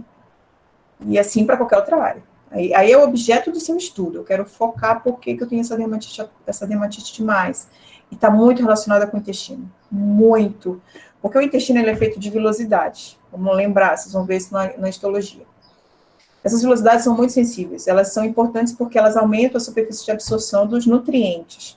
Só que além de nutrientes, às vezes aqui, a gente fica exposto a muitas substâncias químicas. Que dependendo dessa substância química, em vez de eu ter a microvilosidade assim, ela aplana a microvilosidade, ela fica lisa, né? E ao alisar essa microvilosidade, deixa eu tentar desenhar, porque acho que vocês não estão vendo o meu movimento de mão, vocês estão vendo o texto. Então tá aqui a microvilosidade, ela é assim, né? Beleza. Aumenta a superfície. O ruim é quando essa microvilosidade, ela começa a ficar muito achatada. Vai ficar assim, ó. O que é o achatamento dela? Ela foi destruída, ela foi degenerada por alguma coisa. É um tecido que se renova muito fácil, graças a Deus por isso. Tecido epitelial é tecido lábil, ele renova fácil. Então, isso aqui fica aplanado. O problema tá bem aqui, galerinha. O que era para entrar facilmente, entra mais facilmente ainda, porque a velocidade, ela aumenta esse tempo de ficar aqui sendo absorvido. Aqui entra com tudo quando ela está aplanada. Ou entra com tudo e cai na circulação sanguínea, ou fica muita coisa aqui fora e pode causar aquelas disenterias, aquelas diarreias, às vezes, inexplicáveis. E aqui, às vezes, cai na circulação sanguínea muito forte, em que acaba sendo um agente causador de alergias. E as pessoas começam a ficar alérgicas a tudo. São as atopias. E você não sabe o que causa. Eu sempre digo, cuidem do intestino. 2 órgãos que eu digo para os meus alunos. Cuidem do fígado e do intestino. Fígado bom, cérebro bom, raciocínio bom, menos mente cansada. Porque o fígado, ele se intoxica muito fácil. Tudo passa por ele. Vocês vão ver isso mais na frente de fisiologia. Tudo que você coloca via oral e até que você passa na sua pele, o fígado metaboliza. Então, ele se cansa. Acho que você até vê a propagandinha aí dos medicamentos na TV. Ah, o fígado tá cansadinho, tá amareladinho. Fígado bom é fígado verdinho, né? Você vê isso? É mais ou menos isso mesmo. Fígado cansa. Fígado cansado, o intestino também cansa. Aí você fica uma pessoa com alergias inexplicáveis, uma imunidade sempre baixa, um cérebro cansado, sem raciocínio e fora as outras coisas. Né? Então, é muita coisa que casa, né? Isso vocês vão absorvendo com a vida, vão raciocinando, mas quem me fez ter mais essas interações, esses raciocínios, foi quando eu comecei a estudar mais o aspecto da naturopatia, da medicina tradicional chinesa, me fez ter mais essas informações. A nossa medicina ocidental, ela não ensina essas coisas pra gente. É muito difícil ouvir falar, talvez, alguns professores falando sobre isso, eu falo mesmo. Eu falo hoje para vocês isso porque eu fui estudar e correr atrás das outras coisas. Eu não quis, como farmacêutica, só ficar dando paracetamol para dor, dipirona para dor, e buscopan. Isso não, o Deus da vida não é isso. Então, por exemplo, hoje, eu não sofro mais de tantas cólicas menstruais. As terapias que eu uso para quando eu tenho cólicas menstruais, a primeira de tudo, é a minha alimentação. Eu sei quando eu estou perto do meu ciclo, eu sei o que eu tenho que comer melhor. E, na verdade, eu sempre tento estar me alimentando daquilo, mas eu melhoro outras coisas, alimentos mais anti-inflamatórios. Segundo, se vem a cólica ferrenha, eu digo, eu não quero tomar o remédio, eu uso hidroterapia, bolsa quente, escalda-pé, que é coisa dos bisavós de vocês, do século passado, que vocês nesse século nem vão estar ouvindo falar muito nisso. Mas por isso que eu digo, se você quer ir para uma área, abra um espaço terapêutico, que você agregue tudo isso. Porque as pessoas estão lendo mais, as pessoas estão buscando mais. E a Covid, ela veio fazer uma separação entre pessoas que literalmente, gente, tem qualidade de vida e aquelas que não têm. A Covid, ela veio fazer isso. Quem já vivia numa qualidade e quem não tinha. Para a professora de vocês, Maiara, eu falo com muita alegria mesmo. A Covid, ela não me abalou em nada em mim, na minha casa. Tudo bem, gente, eu respeito aqueles que tiveram seus parentes com óbito, talvez aqui vocês tenham. Enfim, acontece. Na minha família, graças a Deus, eu não tive ninguém que tenha vindo a óbito pela Covid. Tive pessoas, meu irmão teve, ali, fiquei muito preocupada com ele. Meu irmão é uma pessoa que tem comorbidades, a saturação dele baixou muito, vocês como fisioterapeutas vão estudar muito essa questão da saturação, as gasometrias, eu gosto demais disso também, o pH sanguíneo, tudo. O pH do sangue é outra coisa muito importante. Então, tem alimentos que mantêm um pH normal, um pH mais alcalino. O pH alcalino, o Dr. Laí Ribeiro fala muito sobre isso. Se vocês puderem fazer cursos do Dr. Laí Ribeiro, faça. Ele trabalha muito, ele forma pessoas em áreas, assim, terminando esses meus cursos, eu quero fazer mais cursos com ele. Então, ele é um médico que chamam ele muito de louco, Dr. Laí Ribeiro, mas ele está saindo da caixa. Ele está, não é da época de vocês esse filme, mas quem puder assistir, Matrix. Ele está se desplugando da Matrix. E ele é chamado de louco, por muita gente, Dr. Laí Ribeiro. E ele fala as coisas, é isso, você tem que beber água alcalina, você tem que se cuidar assim, você tem que beber água. Ele volta para as coisas mais naturais, sabe? Então, é isso, né? Vocês, como fisioterapeutas, têm a faca e o queijo na mão, assim, eu digo, tem muito. Farmacêutico, enfermeira, as pessoas estão procurando mais isso, né? Então, vocês têm que ter essa sanidade mental, física, emocional e espiritual, porque também não é só ficar dizendo oba-oba, Senhor Jesus, não é isso. Eu não sou desse tipo de cristianismo, de religiosidade. Não. O Deus, se você é cristão, sirva um Deus de razão. Deus é muito racional, Deus não é de emoção. Deus é Deus de inteligência. Eu amo estudar a Bíblia é um livro high-tech, é de alta tecnologia, não é de sofismos e não. Eu não gosto desse tipo de religiosidade. Irmãozinho vai dizendo, Deus vai me abençoar, não sou desse naipe. Não sou. Deus, ele abençoa aquele também que faz a sua parte. Né? Então, se desenvolvam como seres humanos, criem raciocínio, especulem, questionem. Né? Dentro do curso agora que eu estou fazendo, um autor que me chamou muito a atenção, eu nunca tinha ouvido falar muito nesse autor, na psicanálise. Todo mundo fala só de Freud. Eu estou amando esse autor aqui, porque ele está me fazendo me quebrar. É Carl Jung. Né? Vocês vão ver o vídeo depois na filmagem. Estou gostando demais de ler sobre esse autor. Tem dia que eu choro de entender a pessoa ruim que eu sou. Né? Que Deus faz a gente ver e a gente tem que melhorar. Né? Não vai ser perfeito, mas a gente tem que melhorar. Então, as doenças, elas... Pode falar, amiga. Quem ia falar?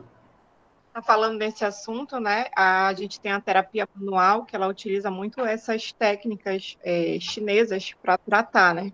Que legal. Que fantástico. Então, assim, Se aprofundem, gente. Criem novos métodos. Vocês têm tudo para ser uma profissão extremamente mais necessária para o momento que a gente vai vir. Gente, galerinha, coisas piores vão acontecer. Mas vai fazer uma seleção natural. Os fortes... Não é de você ser forte, ser o melhor. Não é isso. É uma força no emocional, é uma força no intelecto. E outra, viver as coisas mais simples, as coisas mais naturais. No meu Instagram, quando eu posto as coisas aqui da minha empresa, das minhas coisas, eu trabalho muito com as argilas. É uma outra coisa também que as pessoas estão voltando a fazer uso. É a argiloterapia, chamada geoterapia, né? Para dores, inflamações, infecções de pele. Agora mesmo, domingo, eu tive um encontro de mulheres. Deus me permitiu criar um projeto que eu disse assim, eu não quero fazer o que todo mundo faz, eu quero fazer algo diferente. Como eu tenho a minha clínica spa aqui, meu espaço terapêutico, eu além de atender as pessoas aqui, eu digo assim, que eu tiro dos ricos para levar para os pobres. Eu cobro caro dos ricos para poder ajudar as pessoas mais necessitadas, né? E aí, às vezes, eu faço um momento de um spa delivery, né? Um spa coletivo. Às vezes 30 mulheres, 20 mulheres. Domingo agora eu fiz um. Gente, é muito recompensador. Né? Eu faço movimentos de yoga, algumas coisas com elas, né? Algumas se esticam, outras não, né? Eu faço alguns movimentos de animais, né? Que a yoga ela busca muito isso, e eu gosto, e aí levo as argilas, faço facial, corporal. Gente, as pessoas precisam, coisas tão simples, E as mulheres saem com a pele já reluzente. A gente quer ter a pele igual a sua. Usa argila, minha filha, uma vez por semana. Dolomita, né? Então, e aí, para mim, a recompensa é, às vezes, levantar a autoestima daquelas mulheres, né? Devolver um sorriso, a alegria, que elas podem se cuidar. E aí, uma vez eu posto no Instagram lá as argilas, explico os benefícios e tal, eu faço, às vezes, mistura delas com óleos essenciais, que eu trabalho muito com aromaterapia também. E aí, um colega da igreja, às vezes é de igreja de família que a gente ouve essas coisas, né? Assim, mas a mulher estudou tanto para passar pó na cara, né? Aí aquilo ficou, eu não dei a resposta imediata, passou acho que meses, gente. Aí um dia eu fiz um stories, né? Não sou muito estar publicando sempre, mas sempre que eu posso eu tô lá botando alguma coisa.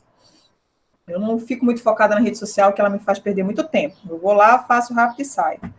E às vezes ela te prende e desvia muito a tua atenção. Então cuidado também com as redes sociais. Às vezes ela desvia a sua atenção.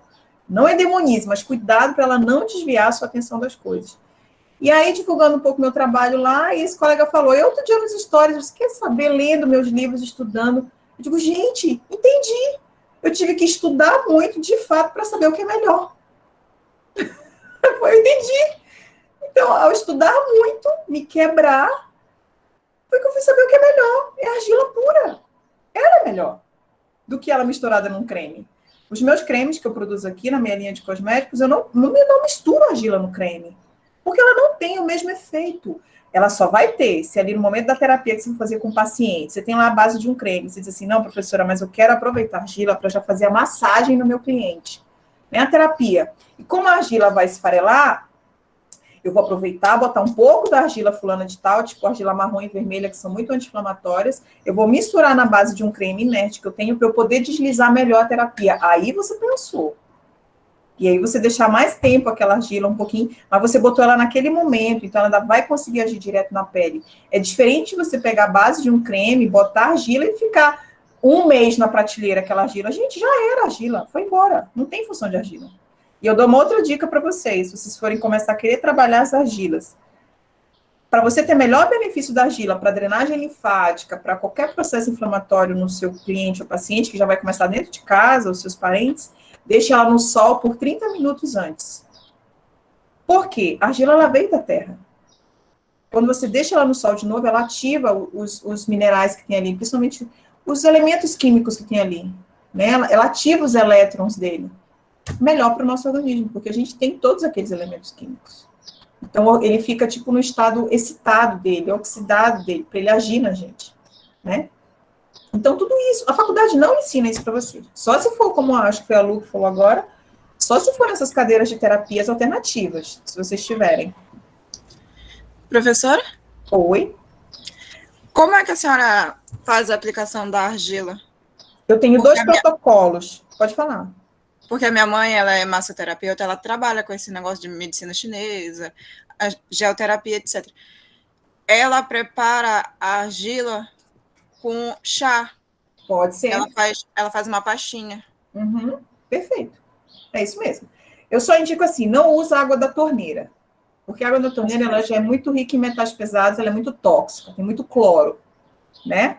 Ou você usa uma água filtrada, se você não teve a ideia do chá, ou você faz uma infusão com a erva que você acha que o paciente está precisando, uma erva anti-inflamatória, uma erva calmante, relaxante, e a água filtrada, lógico. Se você não quer fazer a erva, não quer fazer o chá, você usa soro fisiológico, mas não usa água da torneira, tá? Porque senão a argila vai se preocupar em limpar a água da torneira e não o corpo da pessoa, entende? Então, pode usar óleo essencial, você só tem que ter cuidado na hora do uso do óleo essencial, é uma gota, dependendo do que o óleo essencial ele queima, né? Tem que ter parcimônia no uso dele. Outra coisa, aí como você falou, você pode indicar para sua mãe também, à medida que ela for estudando, pesquisando, e você quiser já trabalhando com ela, aprendendo isso, a argila ela pode ser usada de duas maneiras. Uma numa camada mais fina, que a gente usa mais para limpeza e estética externa aqui da pele. Limpeza, purificação, desintoxicação. A outra é quando você faz tipo um gesso de argila. E você põe uma camada grossa dessa argila. Por quê? O raciocínio é muito óbvio. Vamos lá, fisioterapeutas. Quando você usa uma camada mais fina, a pele ela vai absorver mais rápido do que precisa. Então, é mais estética. que a gente quer ali, limpeza, né, tirar oleosidade, purificação, papei. Quando eu quero para dores, problemas ósseos e problemas musculares, eu preciso de uma camada mais grossa, porque quanto mais grossa, mais tempo o corpo vai absorvendo o que aquela argila tem, e mais profundo consegue chegar no osso ou no músculo que você quer. Então, é uma camada grossa de um dedo, assim, de espessura, às vezes, né? Aí você passa aquela pastona na área que você quer e passa um insufilme em cima. Aí aquilo ali fica 30, 40 minutos. Por quê? Porque o benefício da argila está até quando ela seca. Ela secou, já acabou o benefício dela. Entende? Então, vocês nem imaginavam ter uma aula disso com a professora de imuno, né? Professora, eu estou maravilhada com a sua aula, porque o meu padrasto, ele tinha problema cardíaco e ele retia muito líquido, né? E ele usava argila e a gente bagunçava com ele, né? Que isso daí vai te fazer nada? Aí ele fazia exatamente como a senhora está falando. Ele colocava assim, uma camada bem grossa no pé dele, até assim o início da perna, né, da canela. Ele fazia aquela camada bem grossa e ele dizia que melhorava muito. Olha aí. E aí, meu Deus, olha, o cara fazia e a gente tirava sarro. Como tiraram de mim, né? Tá vendo, meus amores? Às vezes a gente tem que se esvaziar para saber que o mais simples é o melhor. Entendeu? Às vezes a gente quer focar nos grandes mecanismos. Comece a fazer isso, gente. Comece a fazer cursos aí. Se vocês querem focar nessa área, foquem. Tá? É uma área extremamente fantástica, tem um mundo de coisas. Usem as ervas a seu favor, usem a babosa. Eu faço gel de babosa, que eu tenho minha plantinha de babosa lá, eu faço meu gel. Tudo isso com benefícios terapêuticos. Vocês da área da fisioterapia bombam, né, na área da estética, enfim, da dermo. Vocês bombam também e foquem também nessa área de dores, gente. A gente está precisando de mais. As pessoas estão cada vez mais tensas. Foquem em maneiras para aliviar mais essas tensões, essas dores, sabe? Não só na estética. Voltem para isso também, porque uma pessoa sem dor tem uma boa estética, sabe? Então, foquem nisso, né? Estimulem as pessoas a isso. E aí, para a gente fechar esse slide aqui, para eu não pegar mais muito tempo de vocês, depois eu gravo o restante da aula, mas além do compartimento, tudo isso que a gente falou aqui que ativa o sistema imune, e tudo isso ativa a imunidade, gente. Melhora a circulação, melhora a drenagem de líquido. Eu não estou viajando aqui, não. Eu estou trazendo técnicas para vocês já irem pensando o que vocês podem fazer para o sistema imunológico, né? Que é coisa que eu faço no meu dia a dia. Esse é meu dia a dia, gente. Eu trabalho com isso, né? Então, é mais fácil eu trazer isso um pouco para vocês.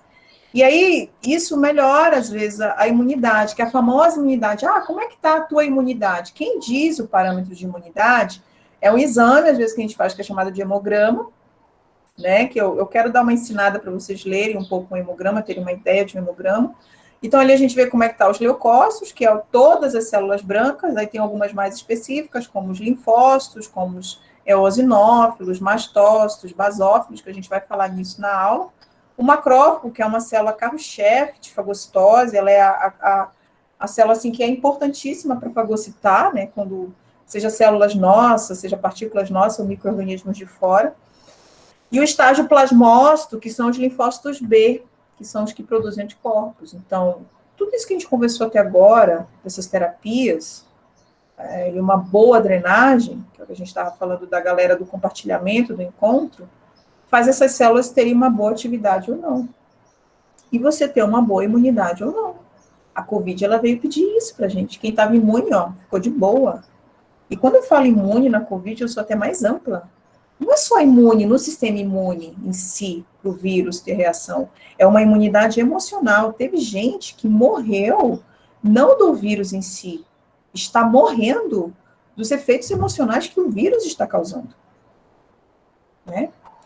Então, eu deixo assim essa aula de hoje, por isso, esse aqui é o gráfico da hematopoese, né? As células, como são produzidas, então a gente tem uma super célula, a stem cell, a totipotente, a mãe de todas, que ela é capaz de gerar qualquer tipo de célula, mas ela tem que ser educada, ela não vai gerar de qualquer jeito. Tem um ambiente na medula óssea que diz assim, ó, tu vai virar uma linhagem linfóide.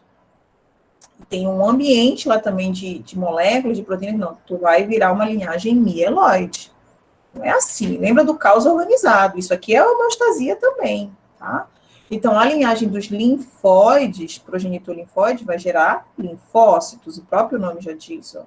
Quem é linfóide, gera linfócito, linfócito B, linfócito T, e a célula natural killer, que é um tipo de linfócito também, né?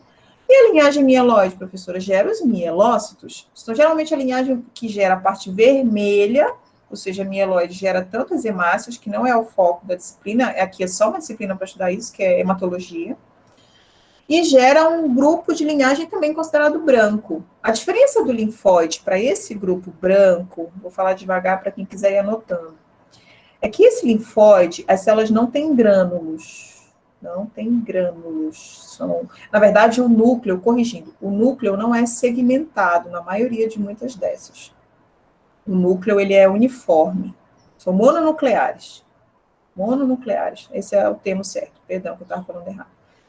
Aqui embaixo, essas que também fazem parte do sistema imune, tirando as hemácias, que é um outro nicho, essas aqui, elas já são mais, os núcleos já são mais fragmentados. Às vezes elas nem são mononucleares, elas têm 3 lóbulos, não tem um núcleo só de uma forma, né? Elas são bilobular, trilobular, o núcleo já é segmentado. Estão vendo aqui, ó? Não fica igual esse núcleo que está aqui, ó. Vocês vão estudar bem núcleo em bases celulares, acho que o professor vai falar bem isso para vocês. Então, já casa com a imuno, não separa, tá? Tenta casar as coisas. E aí, por exemplo, professor, o megacariócito, eu vejo essa célula? Não, a gente não vê, a gente vê o produto dela, que são as plaquetas. Olha a importância, então, plaqueta, lembra o quê? Coagulação do sangue, tá? Professor, o basófilo, isso aqui é a fase dele mais imatura, que já é a fase dele mais madura, né? Ele é uma célula que participa de muitas respostas alérgicas. Tem grânulos, muito grânulo no citoplasma. Professor, o eosinófilo, esse aqui é também de respostas alérgicas e para verminoses. A gente tem entendido até hoje na ciência que quando uma pessoa tem uma verminose, esse grupo de células está bem alterado. E também quando ela está com algum quadro alérgico. E aqui a gente tem a galerinha que é a que mais bomba, né? É a do super, são as mais curtidas, mas também que passam muito rápido, são os neutrófilos. Interessante essas analogias, né? Tem hora que vem na minha cabeça esse insight, gente, não é que eu fico programando não, tem hora que vem mesmo. Ó, os neutrófilos é a galerinha que fica bombando lá no Instagram, mas tem gente que bomba demais e passa muito rápido as ideologias dela, né? Então, o neutrófilo é uma célula importante, ele bomba rápido, ele morre por nós, ele é a célula que causa o pus, tá? E onde tem infecção bacteriana, ele bomba, tá? E o monócito, que o monócito, ele é chamado de monócito na circulação sanguínea, mas quando ele migra para o tecido, ele é chamado de macrófago, tá? Todas essas aqui estão na circulação sanguínea. Quando o monócito sai da circulação sanguínea e vai para um tecido, ele é chamado de macrófago. E os outros, professoras, continuam com o mesmo nome? Sim, continuam todos com o mesmo nome, tá? Macrófago, que é o monócito no tecido. Isso aqui eu vou deixar para depois, eu vou deixar para eu gravar essa parte aqui para vocês. Eu vou finalizar, porque já está ficando cansativo, já vai dar meio-dia, já peguei muito tempo de vocês.